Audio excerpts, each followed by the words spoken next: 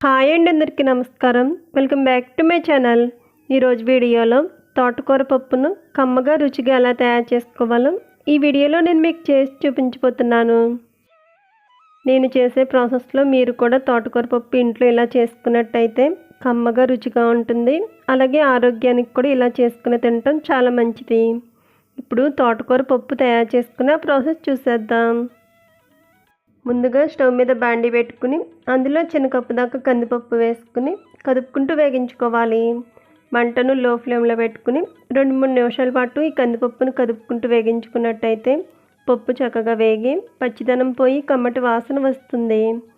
ఇలా వేగిన తర్వాత ఇప్పుడు స్టవ్ ఆఫ్ చేసుకుని ఈ కందిపప్పు ములిగే వరకు వాటర్ పోసుకుని 10 నిమిషాల పాటు పక్కన పెట్టుకోవాలి. వేగించుకున్న కందిపప్పులో నీళ్లు పోసి 10 నిమిషాలు పక్కన పెట్టుకున్నట్టయితే కందిపప్పు చక్కగా నానుతుంది. అలాగే మనం ఉడికించుకున్నప్పుడు త్వరగా ఉడుకుతుంది. కందిపప్పును ముందుగా నానబెట్టుకున్నట్టయితే కందిపప్పులో ఉన్న గ్యాస్ అంతా కూడా పోతుంది. 10 నిమిషాల తర్వాత కందిపప్పును శుభ్రంగా 2-3 సార్లు నీళ్ళు పోసి కడిగి నీళ్ళు లేకుండా తీసుకుని ఈ కందిపప్పును చిన్న కుక్కర్లోకి తీసుకుందాం. ఇప్పుడు ఇందులో సన్నగా పొడుగ్గా కట్ చేసుకున్న స్పైసీకి సరిపడా పచ్చిమిరపకాయ చీలికలు యాడ్ చేసుకోవాలి.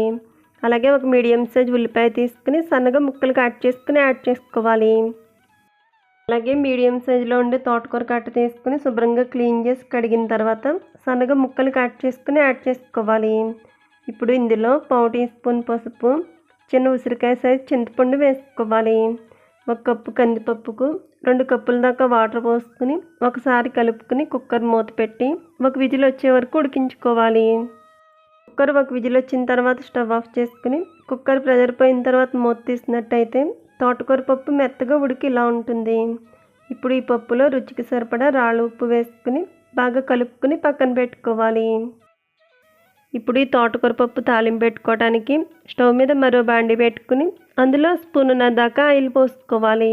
ఆయిల్ హీట్ అయిన తర్వాత దంచి పెట్టుకున్న వెల్లుల్లి రెబ్బలు వేసుకోవాలి.